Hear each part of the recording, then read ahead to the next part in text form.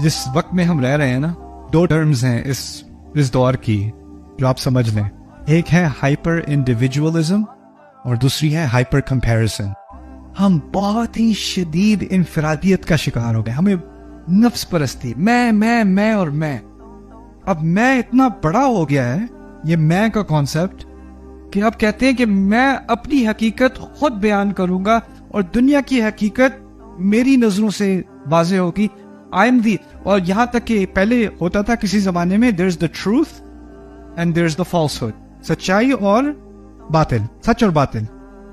اب کیا ہے؟ مائی ٹروتھ، یہ میرا سچ ہے. آپ کا سچ کیا ہے؟ اچھا، میں آپ کے سچ کی بہت عزت کرتا ہوں. کوئی آ کے کہے میرا سچ یہ ہے کہ میں جراف ہوں، اب مجھے اس کے سچ کی عزت کرنی ہے. یعنی یہ کیا ہے؟ یہ کس چیز کا نتیجہ ہے؟ Hyper what? Hyper individualism. Hyper individualism اتنی حد تک پہنچ جاتا ہے. مجھے بھی کسی نے کہا تھا ڈو یو بلیو ان دس؟ ایسا کیا؟